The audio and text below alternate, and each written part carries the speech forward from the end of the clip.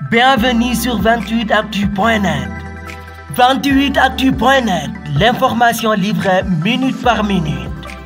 Dencand ak Modou Mouhamed Ndiaye. jërë ngeen jëf mën ngaa fecc ko mu tax nga sumi sa tubay bëgg a soobu ci géew bi tamadu la pibum loolee mooy bëgg a dal député bii di Cheikh Abdou Bara Dolly ubbi l'Observateur journal bi nee nañu kii di Cheikh Abdou Bara Dolly ma nga ca loxo yoon ndax wax ju mu waxoon jëme ko ci Macky Sall keroog àllarba ci manifestation gi opposition bi woote woon ca place Obélisque wax ji la ñu ne dafa ñaaw amuti teggin te amul worma procureur de la République di Amady Diouf yéenekaay bi nee nañu moo jot ca wax ja tax mu autosaisir ngir mbir yi leer ci la sisiré gars yi commissaire Ali Kandé yi ñoom it ñu dem ca kër Cheikh Abdou Bara Dolly doon ko yóbbul ab convocation ba ñu yeggee dafa bañoon ne du jël convocation bi bëggoon a dàq policier ndax nee na leen moom ab député la dafa am immunité parlementaire ba tax na kenn du ko convoqué noone yéenekaay bi nañu nee nañu ni mu doxale ak takk der yi moo tax alkaati yi mbogo ko taxañ ko dugal ko ci seen wata yóbbu ko ba ñu demee ñu auditionné ko wan ko vidéo yi mu nangu ne wax ji moo ko wax journal bi nañu ci lañ ko garde à vue ay sos wax lu amul ak xotti war may njiit réew di diffusion fausse nouvelle diffamation ak offense au chef de l'État yéenekaay bi nee nañu yii mooy tuuma yi ñu koy toppee article 80 ak article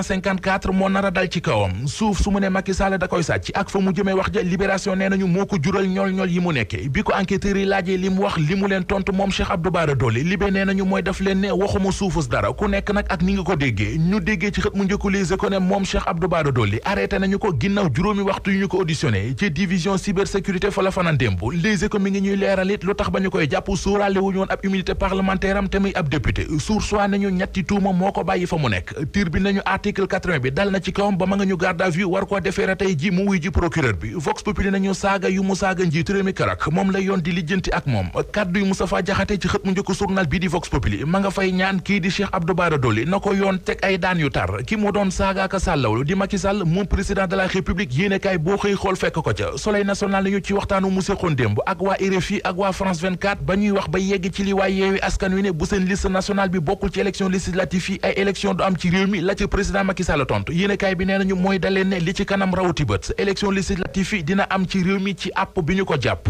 réew mi quotidien gisee ci nañ njiit réew mi tontu na Ousmane Sonko Sud Quotidien nañu lu jëm ci liste Yewwi Askan Wi ñu rejeté ak lu jëm ci li opposition bi ne bu ñu bokkul ci législative yi kenn du bokk ndax élection du fi am Macky Sall tëj na wax ja nee na liste bu wàccewul ak parité mënut a jàll un point un trait la Sénégal nañu noonee la ko waxee yoxiwul déngwul nee na leen ak lu mën di xew ay élection moom dina am ci réew mi ci date bi ñu ko jàpp Turbine jàpp ne Macky Sall mu ngay xuppaate bay wax ne xamul lan moo tax bu ab dogal génnee te àndul ak bëggu-bëggu opposition bi ñu bëgg a tukkal àdduna bi Le Quotidien xamal ñu ne waa Benno Bokk Yaakaar delloo nañu waa Yewwi Askan Wi seen kurpañ bi ñu leen dóoroon keroog ca seen rassemblement ba Aminata Touré nañu ay saaga ak i menace dafa jaaduwul te sax du jëfi nit kuy bàkkoone ab républicain la L'Info bind na waa Benno tàmbali nañu seen riposte ci kaw waa Yewwi Askan Wi ne bu ñu bàyyiwul seen liste bi bokk ci législatif yi ay élection du am ci réew mi nee nañu loolee wax ju yàqu la ak yàqi wax L'Info dolli ñu ci ne Mbaye Ndiaye Aly Ngouille Ndiaye Omar Gueye Zahra Iyane Thiam ak yeneen leader yu Benno Bokk Yaakaar yi ñoo jiitu ci combat bi Direct News nañu li jar a laaj kay moo di àndandooy Macky Sall yi di allié yi ak ñi fa bu fekki woon Macky Sall di rallié yi ana fan la leen jant bi di tiim ba Sonko ak opposition bi dëkkee songu Macky Sall dëkkee ko yekk musiba ak mbelengaan te kenn déggu leen fa ñu toog la ñu toog te ñoom ñëpp xam nañu xel ne Macky Sall desalatu leen dara ndax moo leen defar moo leen yor waaye ñu ay conférence de presse ak ay communiqué yu dul jeex jeunes yi ci mouvance présidentielle bi nag Direct News nee nañu ñoom ñëpp leen tane ndax xiiroo ak ŋaayoo ci seen biir la ñu gën a mën ci taxaw jàmmaarloo ak noonu Macky Sall yi fajal ko naqaram